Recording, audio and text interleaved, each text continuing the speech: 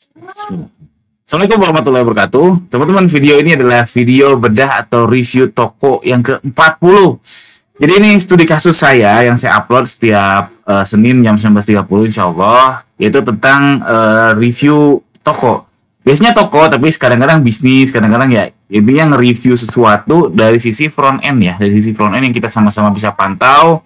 Jadi studi kasus, dan buat saya sih menarik karena studi kasus ini ya untuk kepentingan bisnis saya pribadi. Dan mudah-mudahan ada yang manfaat juga buat teman-teman. Buat teman-teman yang tokonya mau di-review, boleh tulis di Google Formnya di ganirozaki.com. Oke? Google Form di ganirozaki.com. Oke, kita mulai aja.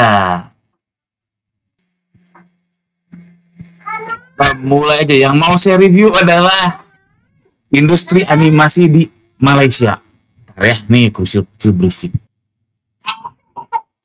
Nah, mau saya review itu industri kreatif di Malaysia, khususnya animasi ya. Kayak teman-teman pasti tahu kan, apalagi yang orang tua ya, karena melihat anaknya nonton Boboiboy, nonton Upin Ipin, nonton Agent Ali itu, oh keren amat ya. Itu kan produksi Malaysia ya. Produksi perusahaan yang di Malaysia. Mungkin juga orangnya ada orang Malaysia, orang Inggris, orang Eropa, saya nggak tahu. Tapi kok Malaysia bisa keren amat ya? Apakah Indonesia nggak bisa? Nah, ini yang mau saya review, ini hasil studi kasus saya terhadap si industri, bukan industri ya, si brand franchise. Ya, si brand kartun inilah. Boboiboy, Upin Ipin, sama Agent Ali. Kita lihat. Kok bisa ya Malaysia kayak gitu? Saya udah googling nih. Saya googling pertama, itu support pemerintahnya luar biasa besar. Yang saya dengar ya. Yang saya googling support pemerintahnya lumayan besar. Jadi dulu banget sebelum saya bikin video ini, saya pernah dengar ada project Cyberjaya namanya di Malaysia. Dekat KL, kalau nggak salah di utaranya KL ya. Jadi bikin suatu kota teknologi lah, saya dengarnya, inget dulu. Dan ternyata saya ketemu lagi di sini setelah googling si animasi Malaysia itu, ternyata memang pemerintahnya itu nge-support banget dari sisi budget dia. Jadi high budget, dan tentunya dari yang si Cyberjaya itu saya nggak tahu infrastrukturnya kah, apakah memang kayak Silicon Valley-nya di Amerika, saya nggak googling detail. Yang jelas pemerintahnya support betul gimana biar industri animasinya berkembang di Malaysia. Yang kedua yang saya googling lagi itu, mereka memang targetnya langsung internasional. Jadi langsung mikir untuk bikin kartun untuk internasional, nggak untuk anak Malaysia saja, tidak, tapi untuk seluruh dunia, untuk anak di Ukraina, untuk anak di Amerika, di Indonesia, di Thailand, dan seterusnya. Itu yang saya baca. Lalu mereka lebih fokus lagi ke intellectual property alias IP. Ini memang kalau di Indonesia nggak ini ya, di Indonesia nggak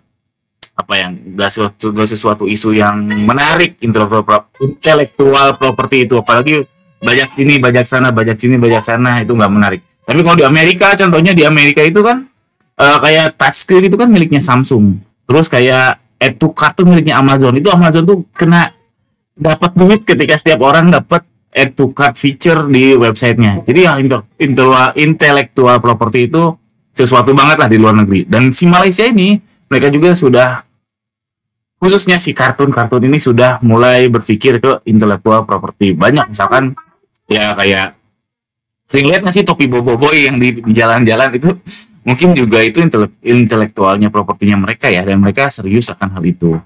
Dan yang terakhir yang saya googling, mereka komersialisasinya 360 ya teman-teman, semuanya. Jadi bukan hanya jual lisensi tayang di suatu televisi atau di YouTube atau apa, tapi mereka mencoba komersialisasi semuanya, mulai dari merchandise. Ini ala Walt Disney banget ya. Ternyata yang satu film itu si Agent Ali itu dari Walt Disney.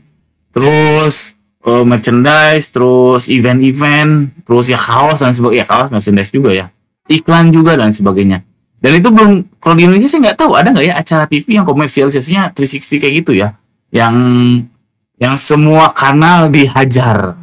Apa ya, kalau misalkan kayak My Trip My Adventure itu, kalau nggak salah si kaosnya dari mereka atau dari abal-abal ya, nggak tahu lah. Yang jelas yang komersialisasi dalam sebuah aspek itu mereka, si Malaysia ini arahnya ke sana, kan luar biasa ya.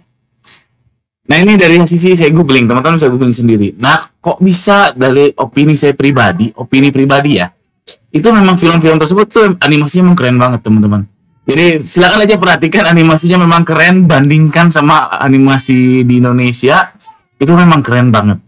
Tapi yang lebih keren menurut saya itu storyline-nya. Storyline-nya tuh lebih keren untuk si film-film tersebut. Contoh nih si Upin Ipin, teman-teman pasti tahu lah. Upin Ipin tiba-tiba lagi di rumah, lagi apa, tiba-tiba langsung pindah jadi ke suatu hutan karena imajinasinya. Bayangkan mengimajinasikan itu aja untuk bikin storyline-nya tuh nggak gampang, teman-teman. Gimana dia membuat imajinasi di dalam imajinasi, jadinya wow, keren banget. Storyline-nya menurut saya paling keren dari film-film tersebut. Especially 3 itu ya. Upin Ipin, Agent Ali, sama Bobo Boy. Selebihnya kayak ada apa ya? Apa lagi ya? Aduh, apa sih namanya? Lupa saya. Saya lupa. Yang jelas menurut saya storyline itu lebih keren lagi daripada animasinya. Jadi keren banget. Keren banget emang sih 3 film itu. Lalu Indonesia kok nggak bisa? Ya Indonesia sanggup nggak sih? Indonesia yang paling mungkin menyaingi ya kayak Adit Sopo Jarwo, misalkan teman-teman ya. Teman-teman tahu sendiri lah. Lihat dubbingnya dan sebagainya. Kualitas gambarnya, presisian si dubbing mulutnya dan sebagainya itu jauh banget dibanding yang Malaysia itu. Terus ada yang agak lumayan yaitu Nusa sama Riko ya. Nusa sama Riko. Ini animasinya maksudnya sudah bagus ya, animasinya sudah keren. Cuman storyline-nya jauh menurut saya dari dibanding Upin Ipin, dibanding Bobo Boy, dibanding Agent Ali, karena si Nusa ini storyline-nya ya cuma sehari-hari aja, kehidupan sehari-hari dan seterusnya. Riko ada sedikit robot dan sebagainya, agak sedikit imajinatif. Tapi menurut saya biasa aja sih, kasus tentang layangan, kasus tentang sehari-hari, jadi nggak terlalu spesial. Terus Indonesia sebenarnya sanggup nggak sih bikin yang kayak gitu? Saya yakin sanggup. Jadi secara teknologi saya yakin sanggup. Apalagi sekarang knowledge itu kan udah distribusi merata ya di seluruh dunia ya. Jadi cara bikin animasi seperti itu saya yakin orang Indonesia ada yang bisa. Yakin betul. Saya yakin ada orang Indonesia yang bisa bikin storyline sekeren itu, alias punya imajinasi yang sekeren yang saya mention tadi. Saya yakin ada. Kalau dibilang sanggup jelas. Cuman mampu nggak atau mau nggak? Nah, masalah mau nggak ini masalah duit, teman-teman. Sekarang kayak ngerender ya, rendering itu kalau misalkan video kayak ini aja, video gampang kayak gini aja butuh CPU yang lumayan. Apalagi kalau animasi yang misalkan 1000 frame per second, 2000 frame per second itu butuh GPU yang luar biasa. Udah kayak mining kripto. Jadi memang butuh komputansi yang luar biasa besar dan itu mahal. Itu nggak murah. Saya yakin rendering Bobo Boy, rendering Agent Ali, rendering Upin Ipin itu mahal sekali per jamnya. Nggak tahu angkanya berapa.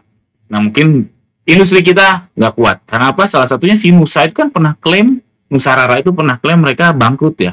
Mereka nggak akan lanjutin lagi. Nggak tahu, tapi sekarang kartunnya masih ada. Jadi mereka klaim tidak akan lanjutin lagi ya. Apapun itu dia ngomongnya apa, yang jelas ya nggak nutup, pasti nggak nutup. Kalau sesuatu bisnis itu bangkrut itu yang jelas nggak nutup aja antara revenue sama pengeluarannya. Timnya waktu itu saya lihat beritanya 40 orang ya, berarti kan luar biasa banyak. Ya intinya keren. Jadi menurut saya mau nggak itu masalah duit. Makanya si kartun Malaysia ini disupport oleh pemerintah. Jika teman-teman silakan googling aja. Yang pertama, kedua itu biasanya support pemerintah. Artinya duitnya tak terbatas. Apakah Indonesia mungkin mensupport dunia animasi? Saya rasa dalam waktu dekat nggak mungkin ya. Masih banyak sektor-sektor yang lebih strategis buat Indonesia. Kayak misalkan nikel, sektor komoditi ya, nikel, batu bara, minyak itu lebih strategis buat Indonesia. Kalau di industri kreatif mungkin ke pembinaan UMKM, digital marketing lah itu masih mungkin. Tapi kalau untuk animasi, saya rasa Indonesia belum. Lanjut. Jadi apa pentingnya video ini buat Anda? Takeaways-nya ya. Jadi keren itu belum tentu sama dengan untung ya teman-teman. Jadi kan itu si Malaysia itu yang Upin Ipin, Agent Ali dan sebagainya keren banget. Itu memang perusahaannya keren banget. Tapi belum tentu untung. Kenapa saya bilang belum tentu untung? Karena udah jelas-jelas dia dibantu pemerintah. Kalau dibantu pemerintah dari sokongan dana, artinya entah itu pinjaman, entah itu apa, artinya kemungkinan besar belum untung. Dan bukti juga si Nusa itu ya, Nusa dan Rara itu kan tadi bangkrut ya, artinya keren tapi nggak untung. Jadi keren belum tentu untung. Startup juga sama. Startup Gojek, Tokopedia, Shopee kerja di situ keren tapi belum tentu untung. Lalu takeaways-nya lagi yang terakhir adalah modal besar itu peluangnya besar. Itu contoh tadi. Ini jelas banget ketika money atau uang itu berbicara besar untuk kelangsungan bisnis. Jadi uang dari pemerintah Malaysia besar digulirkan jadinya jalan bisnisnya. Di Indonesia ya tidak fokus ke animasi ya nggak jalan bisnisnya. Oke, itu aja, sekian aja ngalor ngidul ini, mudah-mudahan ada manfaatnya. Gimana teman-teman? Menurut teman-teman animasi film-film tersebut keren atau enggak, tulis di kolom komentar di bawah. Jangan lupa subscribe. Assalamualaikum warahmatullahi wabarakatuh.